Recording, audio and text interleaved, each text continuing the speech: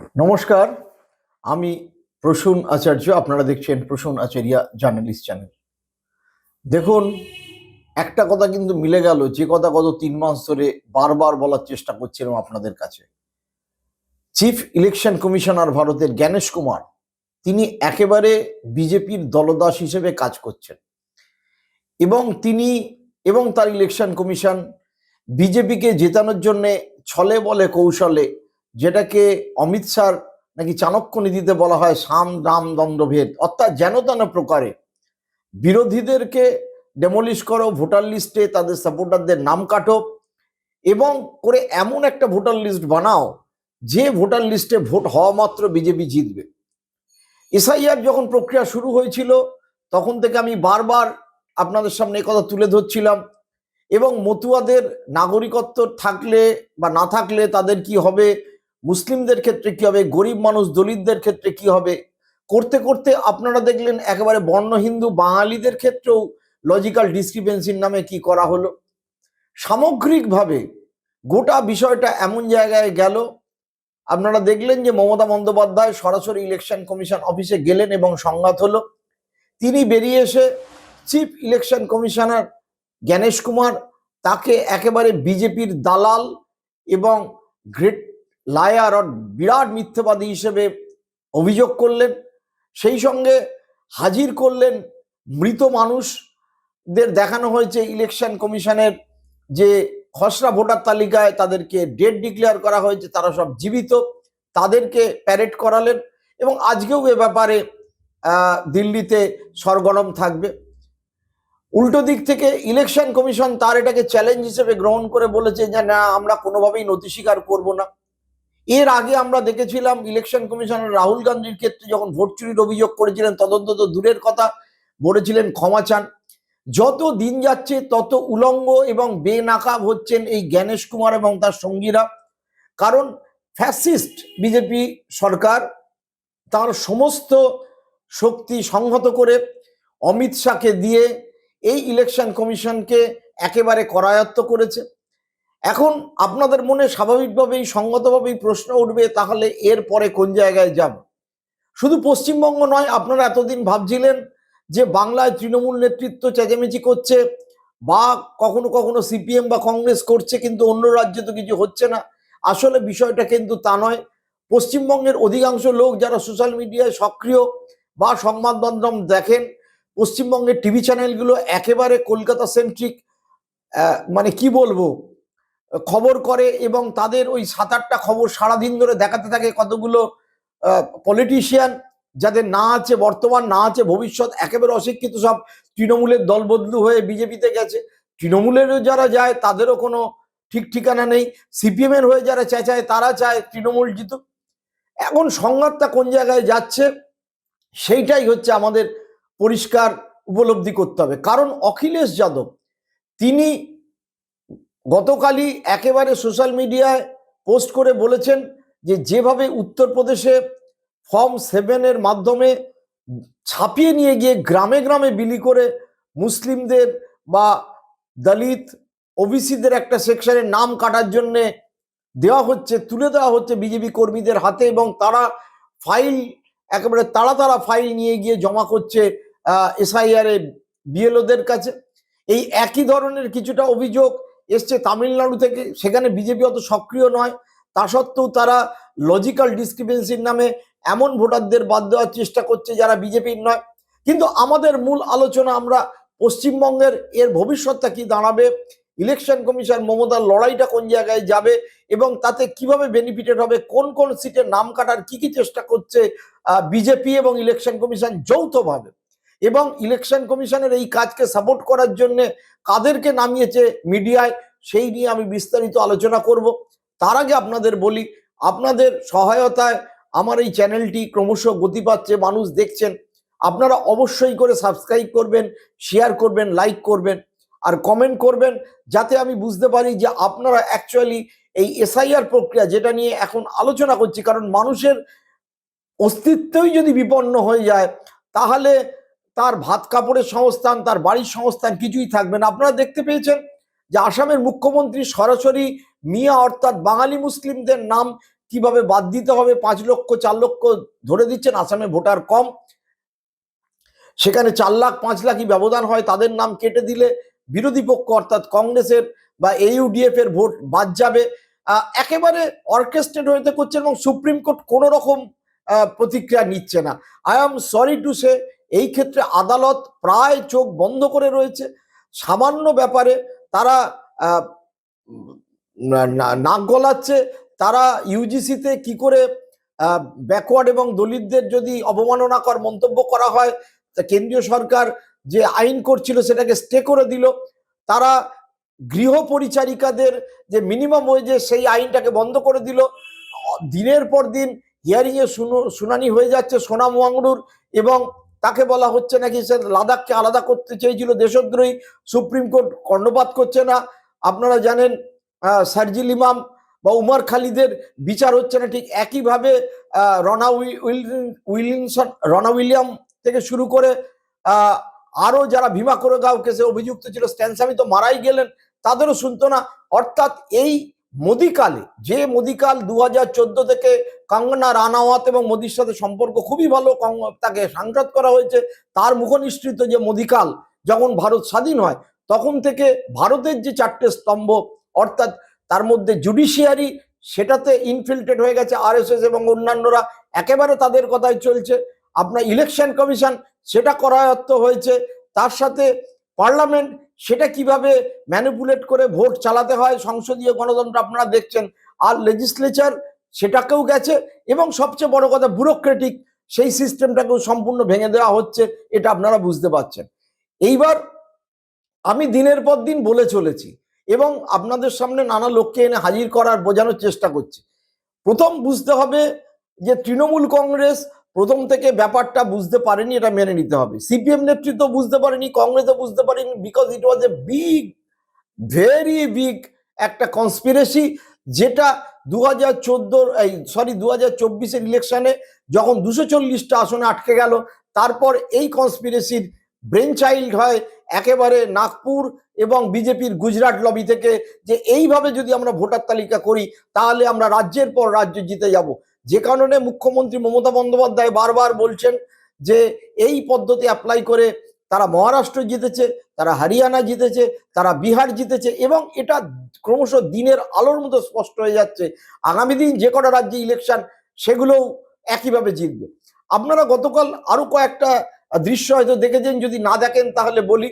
যে সমস্ত dead voter যাদেরকে দেখানো হয়েছিল তাদের কিছু মানুষকে, এবং যারা এই SIR প্রক্রিয়াকালীন মারা গেছে, আপনারা জানেন 100 মানুষ এবং তার পরিবারবর্গ মারা গেছেন, তাদেরকে নিয়ে গিয়ে পশ্চিমবঙ্গ সরকার তৃণমূল কংগ্রেসের পক্ষ থেকে তাদেরকে হাজির করা হয়েছিল, এবং করানোর জন্য প্রেস কনফারেন্স বা ইত্যাদিতে বিভিন্ন সরকারি বা আধা সরকারি গেস্ট হাউসে, সেই গেস্ট হাউসগুলো বঙ্গভবন তো বটেই, রাজ্য বিদ্যুৎ দপ্তরের অধীনে থাকা একটা গেস্ট হাউস, পুলিশ গিয়ে ঢুকে পড়ে, এবং আমি যে ভিডিও দেখলাম তাতে কোনো তৃণমূলের ব্যাপার নেই, তাদেরকে বারবার আই কার্ড দেখতে চায় এবং তাদের বাড়ি থেকে বেরোতে দেওয়া বন্ধ করে দেওয়া হয় এবং তাদের আতঙ্কিত করা হয়। তৃণমূল কংগ্রেসের কেউ সেখানে ছিল না। মুশকিল হচ্ছে আসলে সম্পূর্ণ পুলিশ প্রশাসনকে ব্যবহার করছে এই কাজে, যারা সাক্ষ্য প্রমাণ দেবে, সুপ্রিম কোর্টে মামলা চললে তাদেরকে পর্যন্ত ভয় দেখানো হচ্ছে। মমতা বন্দ্যোপাধ্যায় বাড়ি পড়া শাড়ি পরেই চলে গেছেন, সে ঘটনা নিশ্চয়ই আপনারা জেনেছেন। কেউ কেউ বলবেন নাটক, কিন্তু বাস্তব পরিস্থিতি নাটক কি নাটক না, বাঙালি যদি আজকে এটা না বোঝে তাহলে কিন্তু ভয়ঙ্কর অবস্থা হবে।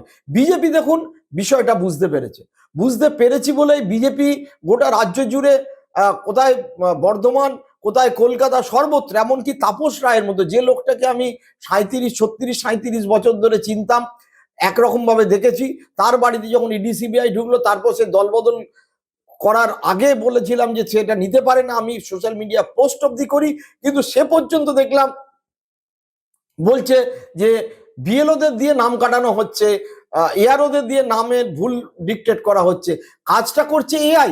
সেটা আপনাদের সুব্রত গুপ্ত থেকে শুরু করে সবাই বলছেন AI দিয়ে ম্যাপিং করিয়ে এই কাজ করা হচ্ছে, কিন্তু বিজেপি বুঝতে পারছে সাধারণ মানুষের ক্ষোভ কি উত্তুঙ্গে গেছে, সুতরাং কি করা হবে সেই ডিজাইন বারবার চোখের সামনে আসছে। একেবারে উত্তরবঙ্গ থেকে শুরু করি। প্রথম কথা, বহু রাজবংশী মানুষ তারা নোটিশ পেয়েছেন, এবং এই নোটিশে যাদের 2002 সালের নাম ছিল, বাবার নাম ছিল, সবই ঠিক আছে, তাদেরকে ডেকে ডেকে যেভাবে হেনস্থা করা হচ্ছে। অনন্ত মহারাজ, যাকে বিজেপি রাজ্যসভায় পাঠিয়েছে, তিনি পর্যন্ত গতকাল নর্থ বেঙ্গল থেকে সরব হয়েছেন, এবং রাজবংশী ভোটে যদি এই ক্ষেত্রে তারা আরো হেনস্থা হন, রাজবংশী ভোটে বড় পরিমাণে প্রভাব পড়বে। যে রাজবংশী ভোট গত বিধানসভা এবং লোকসভা পরপর দুটো ইলেকশনে বিজেপির পক্ষে ফেভারেবল হয়েছিল, আমি এটা স্পষ্ট করে বলতে চাই। হিন্দু ভোটের আর কোথায় প্রভাব পড়বে? পড়বে মতুয়া বেল্টে। মতুয়া বেল্টে এখনো পর্যন্ত আমার হিসেব অনুযায়ী প্রায় 15 থেকে 20 লক্ষ লোককে ডাক করানো হয়েছে, যাদের কাছ থেকে ডকুমেন্ট নেওয়া হয়েছে। আরো বেশি হবে সংখ্যাটি, it can go up to 30 lakhs। এবং তাদের ডকুমেন্ট ফাইনালি সেটা গ্রাহ্য হবে কি হবে না, সেটা নিয়ে একটা বিরাট সংশয় দেখা দিয়েছে, এবং এই সংশয় দেওয়ার পর বিজেপি আপ্রাণ চেষ্টা করছে যেভাবে হোক চাপ সৃষ্টি করে অবজারভারদের মধ্যে দিয়ে মতুয়াদের বেশি সংখ্যক নাম তুলতে, না হলে এই 22টা যে আসন মতুয়াদের একেবারে কেন্দ্রীভূত, সেই আসনগুলো কিন্তু বিজেপি এই ইলেকশনে পরাজিত হবে। সুতরাং মতুয়া ভোটে যাতে ডেট না হয়, আপ্রাণ চেষ্টা করছে ভিন রাজ্য থেকে অবজারভার এনে সেটা করা। 3 নম্বর হচ্ছে বিজেপির স্ট্র্যাটেজি হচ্ছে ইলেকশন কমিশনকে দিয়ে, এই যে আপনারা দেখছেন বারবার 6টি সন্তান, বউয়ের নাম বিবি না খাতুন, শেখ না আলাম না মোহাম্মদ, মুসলমানদের কেন ডাকা হচ্ছে? 3 রকম ক্যাটেগরি করা হয়েছে। একটা হচ্ছে যে সমস্ত বিধানসভা কেন্দ্রে 60 to 70% মুসলিম, সেই ক্ষেত্রে হুমায়ুন কবির এআইএম কে পেছন থেকে ব্যাকআপ দেওয়া হচ্ছে, যাতে তারা আন্দোলন করে এবং গন্ডগোল সৃষ্টি করে মানুষের নাম না ওঠে, তাহলেও মুসলিম মেজরিটি যদি থেকে যায় সেই আসনগুলোতে, সেই ক্ষেত্রে হিন্দুদের নাম যাতে ঠিকঠাক থাকে, তার জন্য বিজেপি রাস্তায় নেমেছে, এবং ইলেকশন কমিশন সেই ব্যবস্থা করছে। ইলেকশন কমিশন এমন একটা সফটওয়্যার চালিয়েছে, যে সফটওয়্যারে মুসলিম নাম কিছু ফিট করা আছে, এবং সেগুলো বারবার যতবারই চালাবে আটকে যাবে, এবং এই হিয়ারিং হতে হতে শেষ পর্যন্ত শেষ দিন চলে আসবে। ওদের টার্গেট, বিজেপি এবং ইলেকশন কমিশন ষড়যন্ত্র করে টার্গেট করেছে এমন 50-60টা সিট যেখানে মুসলিম ভোট ফ্যাক্টর, সেইখানে যদি বারবার গরিব সাধারণ অশিক্ষিত মুসলমানদের টার্গেট করা হয়। আর আমি এই আনএডুকেটেড এবং অশিক্ষিত মুসলিম এই কারণেই বললাম, অখিলেশ যাদব এবং উত্তরপ্রদেশের যারা সমাজবাদী পার্টি, তারা এই অভিযোগ স্পষ্টতই করছে, এবং এই অভিযোগ মধ্যপ্রদেশেও এসআইআর হওয়ার সময় এসছে। একেবারে বিজেপির যারা আরএসএস এর লোক, যাদেরকে পান্না প্রমুখ বলে, যারা বিজেপির লোকাল কর্মী, তারা গিয়ে অশিক্ষিত লোকেদের ফর্ম 7-এ ছাপ মারিয়ে নিচ্ছে, অঙ্গুটা ছাপ অর্থাৎ আঙুলের ছাপ দিয়ে নিচ্ছে, এবং তাতে স্পষ্টভাবে লেখা আছে আমি ভারতের সিটিজেন নয়। মুসলিমদের ক্ষেত্রেও অন্যদের ক্ষেত্রেও একই কাজ করা হচ্ছে, আপনারা জানেন। এবং কাঁড়ি কাঁড়ি ফর্ম 7 জমা, মানে এক তো ডিলিশনের জন্য দেওয়া হচ্ছে, 2 নম্বর আপত্তি, অর্থাৎ সন্দেশখালী থেকে শুরু করে উত্তর 24 পরগনা আমরা দেখেছি একই জিনিস, হুগলি একই জিনিস, বর্ধমান, ফর্ম 7 জারি করে লোকের, বিশেষ করে মুসলিম এবং পার্টলি দলিতদের নাম কাটার জন্য কাঁড়ি কাঁড়ি দস্তা দস্তা ফর্ম 7 জমা করা হচ্ছে যাতে কাটা যায়। মমতা বন্দ্যোপাধ্যায় এইবার কি করবেন? মমতা বন্দ্যোপাধ্যায় প্রাথমিকভাবে যখন 58 লোকের নাম বাদ গেল, প্রথমে বলেছিলেন এসআইআর করতে দেব না, কিন্তু এসআইআর এমন একটা সাংবিধানিক প্রক্রিয়া বা আইনি প্রক্রিয়া, যেটাকে মানে সুপ্রিম কোর্টই একমাত্র আটকাতে পারে। কিন্তু আমি এতক্ষণ আপনাদের বিশ্লেষণ করেছি যে সুপ্রিম কোর্ট কিভাবে বারবার সরকারের পক্ষে রায় দিচ্ছে, কেন দিচ্ছে। সে একটাই উদাহরণ, সেই ভাতের যেরকম হাঁড়ির চাল টিপলে বোঝা যায় আজ 14 বছর হয়ে গেল অরবিন্দ কেজরিওয়াল করা আরটিআইতে, নরেন্দ্র মোদীর শিক্ষাগত যোগ্যতা বেরোয়নি, অমিত শাহেরও শিক্ষাগত, তার সাথে স্মৃতি ইরানি যিনি অত্যন্ত ঘনিষ্ঠ ছিলেন নরেন্দ্র মোদীর দয়াতে, তিনি মন্ত্রী অব্দি হয়েছিলেন, তারও শিক্ষাগত যোগ্যতার নথিপত্র প্রকাশ করতে দেওয়া হচ্ছে না, কারণ আদালত দিচ্ছে না। কোর্ট কোন দিকে চলে গেছে আপনারা জানেন। I am sorry to say, কোনো পার্টিকুলার জাজের প্রতি, আদালতের প্রতি অবমাননা না করেও আমি বলছি যে আদালত ইদানিং যে ডাইরেকশনে চলছে, সেই ডাইরেকশন সম্পূর্ণ অন্যদিকে।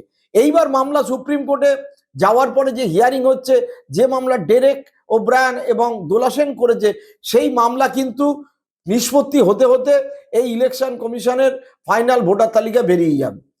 এখন কাজ হচ্ছে এই 1,40,00,000 যে মানুষের নাম বাদ যাচ্ছে, সেই ব্যাপারটাকে আটকানো।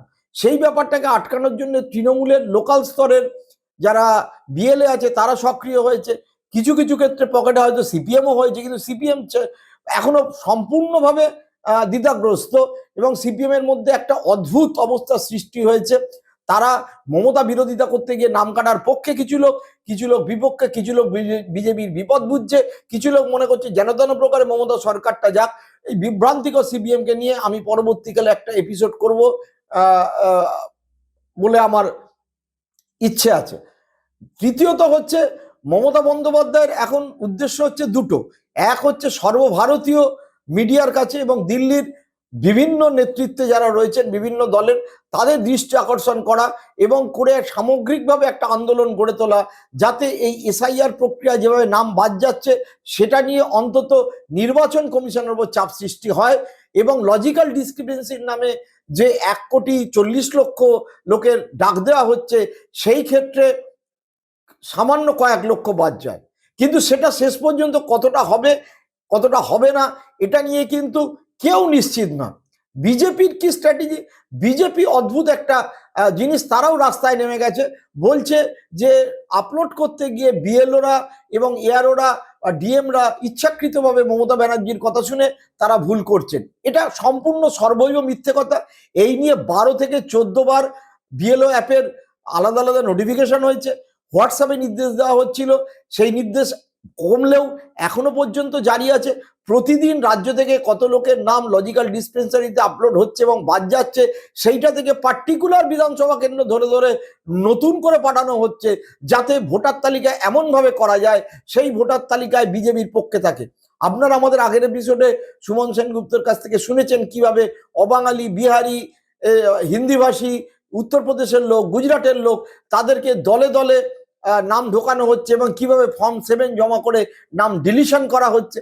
সুতরাং চক্রান্তটা অনেক বড়, কিন্তু বিজেপি এই মুহূর্তে সাধারণ মানুষের যা মুড অফ দ্য স্টেট যদি বলা হয়, তাহলে এই হয়রানির বিরুদ্ধে বর্ণ হিন্দুই বলুন, মতুয়াই বলুন, মুসলমানই বলুন, ওবিসি বলুন, সকলে কিন্তু এক বাক্যে সোচ্চার হয়েছে। এবং আমি ভদ্রবিত্ত যাদের বলি, অর্থাৎ মিডল ক্লাস, আপার মিডল ক্লাস হিন্দু, যারা একসময় সিপিএম এর পক্ষে ছিল, 2011-তে যাদের সিংহভাগ ভোট মমতার দিকে গেছিল এবং 2019 থেকে তারা একেবারে বিজেপি হয়ে গেছে, সেই লোকেরাও যেভাবে হয়রানির শিকার হচ্ছেন, তারাও কিন্তু একটা সেকশন, কিন্তু যতই তাদের মাথার মধ্যে ওই বিজেপির হোয়াটসঅ্যাপ ইউনিভার্সিটি, মনে রাখতে হবে এরা কিন্তু সকলেই প্রায় গ্র্যাজুয়েট, এরা পোস্ট গ্র্যাজুয়েট, অনেক টাকা মাইনে পায়, বাড়িতে চাকর বাকর রেখে কাজ করে, ফ্ল্যাট বাড়িতে থাকে এবং অধিকাংশ সিপিএম করতেন। এরা কিন্তু এখনো পর্যন্ত এই প্রক্রিয়া হওয়ার পর দ্বিধাগ্রস্ত। সিপিআইএম এর সমর্থকদের মধ্যে যারা একেবারে প্রো বিজেপি হয়ে গেছে, তাদের পরিবারের মধ্যেও কিন্তু এই এসআইআরটা নিয়ে একটা অসন্তোষের সৃষ্টি হয়েছে।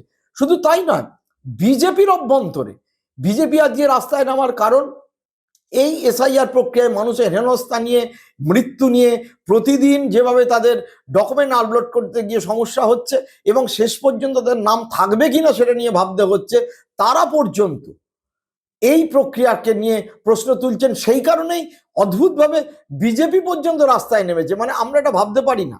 মমতা বন্দ্যোপাধ্যায় দেখুন স্ট্রিট ফাইটার। আমি মমতাকে যতদূর চিনি, 1988 সাল থেকে আজ 2026, 38 বছর হয়ে গেল, মমতাকে আমি খুব কাছ থেকে দেখেছি। তাতে আমি এইটুখানি বলতে পারি, উনি যে কাজটা দিল্লিতে গিয়ে করলেন, সেটা এই মুহূর্তে পশ্চিমবঙ্গের কোনো পলিটিশিয়ানের পক্ষে সম্ভব নয়।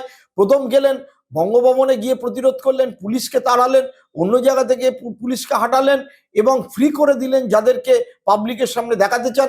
ইলেকশন কমিশনের উপর মনস্তাত্ত্বিক চাপ সৃষ্টি করলেন এবং শেষ পর্যন্ত বৈঠক বয়কট করে প্রায় বেরিয়ে এসে বললেন যে ইলেকশন কমিশনের বিরুদ্ধে যে অভিযোগ করলেন, ভারতের কোনো মুখ্যমন্ত্রী এখনো পর্যন্ত এইভাবে ইলেকশন কমিশনকে কাঠগড়ায় দাঁড় করাতে পারেনি। আমি জানি সিপিএম এর বহু লোক বলবেন এর পেছনে বড় সেটিং কাজ করছে, বা আপনারা যারা বিজেপি কে আনতে চান, একসময় অন্য দলকে ভোট দিতেন, আপনাদের হাতে এখনো শঙ্কর ঘোষের মতো চে গুয়েভারের ট্যাটু বা বুকে বিভিন্ন জায়গায় উল্কি রয়েছে মার্ক্সবাদ লেনিনবাদের, কিন্তু আসলে আপনারা ভোট দেন বিজেপিকে, তারা বলবেন সেটিং ইউর গেটিং হোক। ঘটনাটা অত্যন্ত অত্যন্ত অত্যন্ত পীড়াদায়ক হয়ে দাঁড়িয়েছে, যেভাবে বাঙালিদের হেনস্থা করা হচ্ছে দিল্লিতে দাঁড়িয়ে। আমার মনে হয় এই ব্যাপারে আমি সোশ্যাল মিডিয়ায় লিখেছি, ফেসবুকে লিখেছি, আমার ইউটিউবেও দিয়েছি, কিন্তু এই ব্যাপারে বাঙালিদের ভাবা উচিত যে আজকে মমতা বন্দ্যোপাধ্যায় বাংলার মুখ্যমন্ত্রী হিসেবে ওনার কিন্তু একটাই বক্তব্য যে আপনি লজিক্যাল ডিসক্রিমিনেন্সির নামে যাদের নাম বাদ দিচ্ছেন এটা অনৈতিক, অসাংবিধানিক এবং নির্বাচন কমিশন এটা করতে পারে না। জ্ঞানেশ কুমার তার প্রত্যুত্তরে কি বলছেন, প্রায় যা করছি তাই বেশ করছি। আমি এর আগের দফাতেও যখন 2 দফাতে একবার অভিষেক বন্দ্যোপাধ্যায় গেছিলেন, দোলা সেনরা গেছিল একবার, তাদের সাথেও জ্ঞানেশ কুমার যে টোনে কথা বলেছেন সেই টোনে মমতা বন্দ্যোপাধ্যায়ের সাথেও একই টোনে কথা বলছেন জ্ঞানেশ কুমার অ্যান্ড কোং। কেন করছেন? ওই চেয়ার কেন বলছে? কারণ ওই চেয়ারের পেছনে আসলে বলছে অমিত শাহ। অমিত শাহ ওই চেয়ারকে দিয়ে বলছে। মমতা বন্দ্যোপাধ্যায় অত্যন্ত সঠিকভাবে বলেছেন, যেদিনকে এই জ্ঞানেশ কুমারের প্রয়োজন ফুরিয়ে যাবে সেদিনকে কিন্তু ছুঁড়ে ফেলে দিতে দ্বিধাবোধ করবে না। এই সোনা মোয়াংরু 2014 সালে নরেন্দ্র মোদী আসায় খুশি হয়েছিলেন। এই সোনা মোয়াংরু যেদিনকে লাদাখকে আলাদা করলেন সেদিন খুশি হয়ে তার পক্ষে ছিলেন। আর আজকে সোনা মোয়াংরুকে মহারাষ্ট্রের জেলে এনআইএ ইউএপিএ দিয়ে আটকে রাখা হয়েছে, দেশদ্রোহী বলা হচ্ছে। এই বিজেপিকে যদি আপনারা না চিনতে পারেন, আপনারা চিনতে ভুল করেন, তাহলে কিন্তু এই জ্ঞানেশ কুমারের মতো এই সুব্রত গুপ্তেরও একই অবস্থা হবে। যেদিনকে তার মেরুদণ্ডটা একটা দিন একটু সোজা হয়ে দাঁড়াবে সেদিন কিন্তু আপনাদের অত্যন্ত অত্যন্ত অবস্থা খারাপ দাঁড়াবে। কারণ আপনিও বাঁচবেন। প্রথম, ভারতের নাগরিক বাঁচবে কিনা এইটা বড় প্রশ্ন, এবং সেটা মমতা বন্দ্যোপাধ্যায় যেভাবে তুলেছেন এবং আগামী দিনকে যেভাবে লড়াইয়ে এগিয়ে নিয়ে যেতে চাইছেন, আমার মনে হয় এই মুহূর্তে বাংলার মানুষের তার পাশে থাকার দরকার। ভোট যখন আসবে আপনি ভোট যাকে খুশি দেবেন।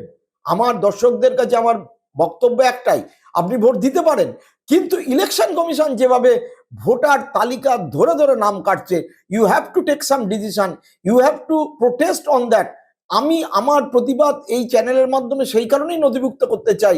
ইলেকশন কমিশনের কোনো অধিকার নেই এইভাবে প্রত্যেকটা নাগরিককে ডেকে ডেকে তাকে তার বাবার নাম, তার ঠাকুরদার নাম, তার ঠিকুজি কলটি, তার জন্ম, তার প্রমাণপত্র।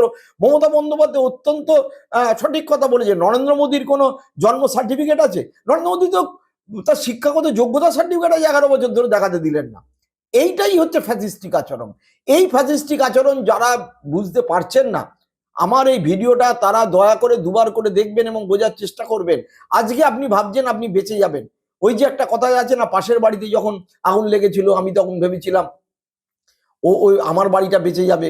যখন আক্রমণ করলো তখন ভেবেছিলাম ওরা হচ্ছে জিউ ওদের পড়ালো। যখন আমাকে আক্রমণ করতে এলো তখন আমার জন্য বলার কেউ থাকলো না।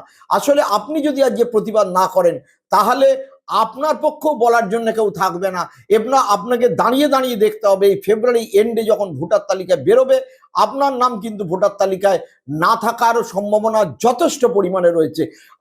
আমরা কেউ জানি না, ইনক্লুডিং মাইসেলফ, যে শেষ পর্যন্ত ভোটার তালিকায় আমার নাম থাকবে কিনা।